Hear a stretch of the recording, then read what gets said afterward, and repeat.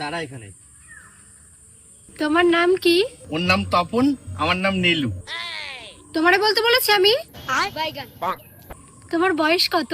ওর বয়স 28, আমার বয়স 45। কোথায় থাকো তুমি? আমার বাড়ি ঠাকুরনগর, আমার বাড়ি দত্তপুকুর। তুই চুপ করবি ল্যাংড়া, তোকে কি আমি বলতে বলেছি?